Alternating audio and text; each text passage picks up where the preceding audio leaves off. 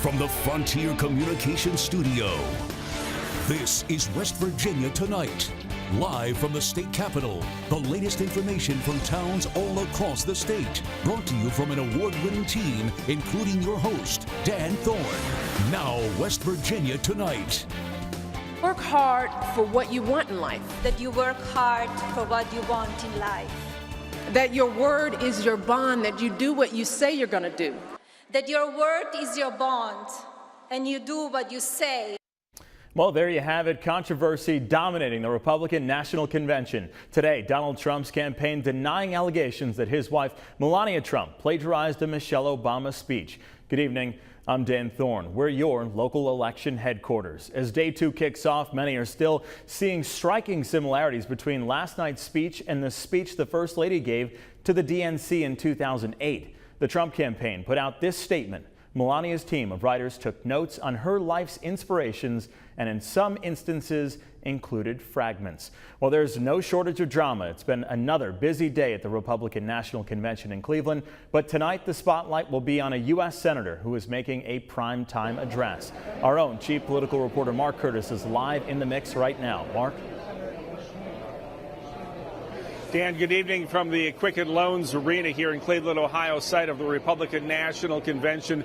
Indeed, you can't get more prime time than this. U.S. Senator Shelley Moore Capito of West Virginia addressing the convention audience and a national TV audience tonight at 10:15.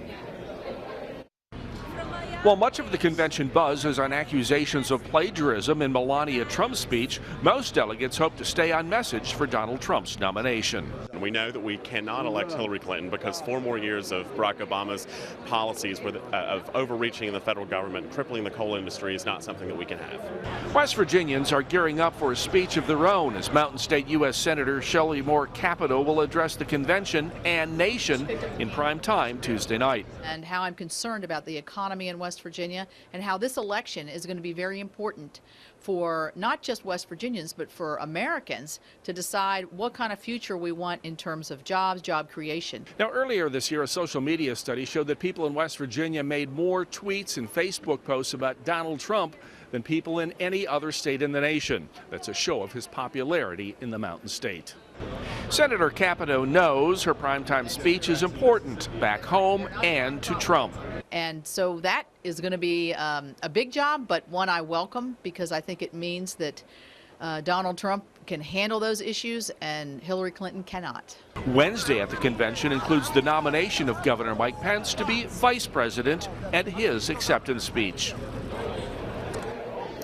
And there was more controversy surrounding another West Virginian today. That would be House of Delegates member Mike Folk. You recall over the weekend he issued some tweets saying Hillary Clinton should be tried for treason and if convicted should be hung on the National Mall. I am paraphrasing there.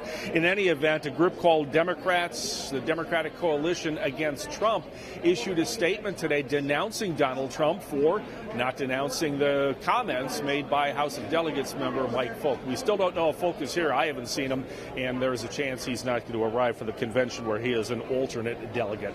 That's the very latest live in Cleveland. I'm Mark Curtis for West Virginia Tonight, your local election headquarters. Dan?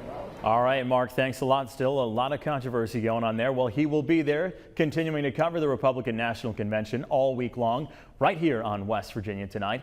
Mark will be providing in-depth reports with local delegates and senators, as you saw there. Well, next week, he'll be on the ground in Philadelphia for the Democratic National Convention, and be sure to look for his reports on your local West Virginia Next Star station.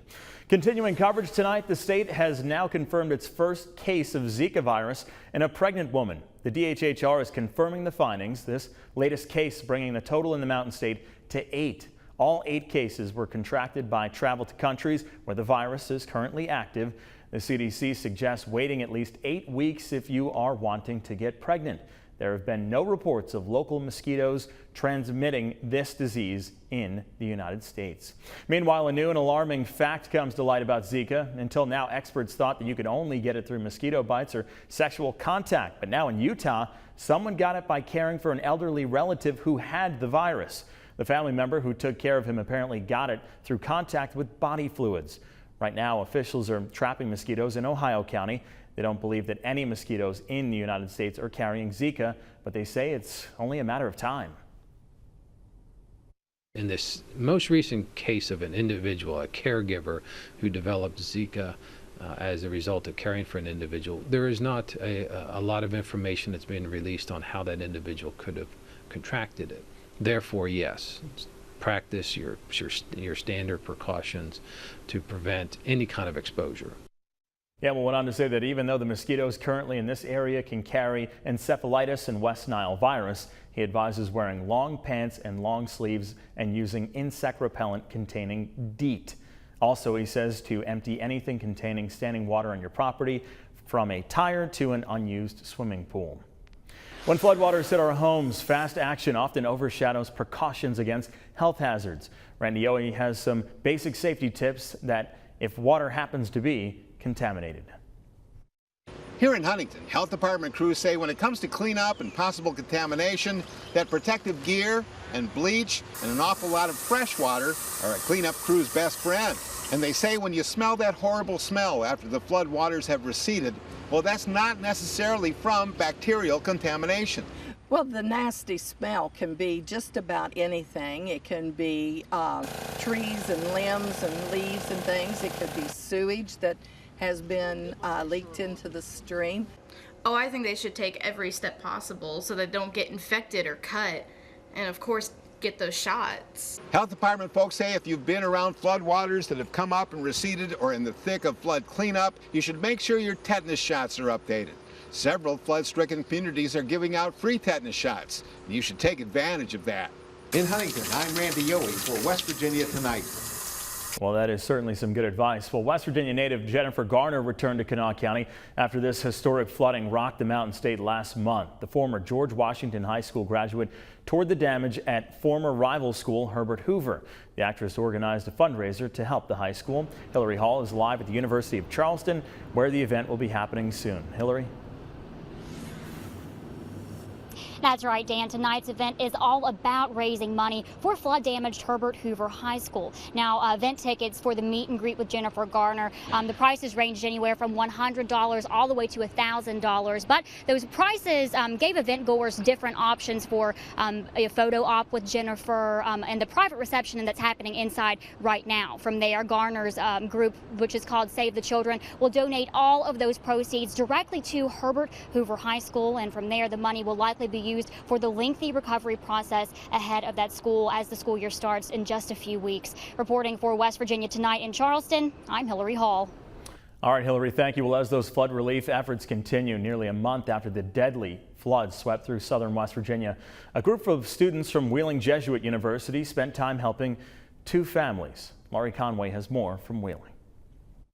Dan, 27 students, faculty, and alumni spent the day in Clendenin helping families who lost everything. Their efforts included removing tile and drywall, tearing out insulation and plastic pipes, and scraping mud from yards.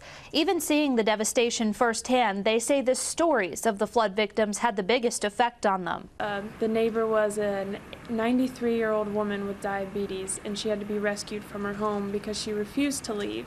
And it was a neighbor that rescued her, and she was at the second story of the house the next house she was moved to, and they were on top of the stairwell for 2 days before anybody could get to them and save them. Another group of students from the physical therapy department helped out in the Richwood area.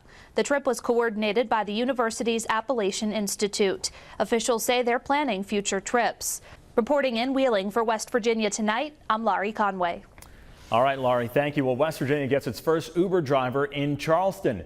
Today, Governor Earl Ray Tomblin and Senator Joe Manchin took the first official Uber from Capitol Market to the Capitol Complex. Right now, Uber will only be available in Charleston and Morgantown, but it's expected to expand to Huntington and Parkersburg very soon. Safety has been one of Uber's biggest criticisms in the past, and today, each driver goes through a background check, DMV record screening, and online training course before getting behind the wheel. Every ride is backed with $1 million worth of liability insurance. Drivers go through pre-screening before they get on the platform. We also have a rating system where after every ride, both the rider and driver get to rate each other. So we take that feedback seriously and are able to make corrections as necessary. You can sign up to be an Uber driver via the app or online. Interested drivers in West Virginia outside of Charleston are also encouraged to apply right now. Police officer deaths are going up across the country, and now another officer shot and killed in the line of duty. We've got the latest ahead. And as we go to break tonight, here's a live look at the traffic along the Greenbrier Street exit of I-64 in Charleston. Stay tuned. Your local forecast coming up.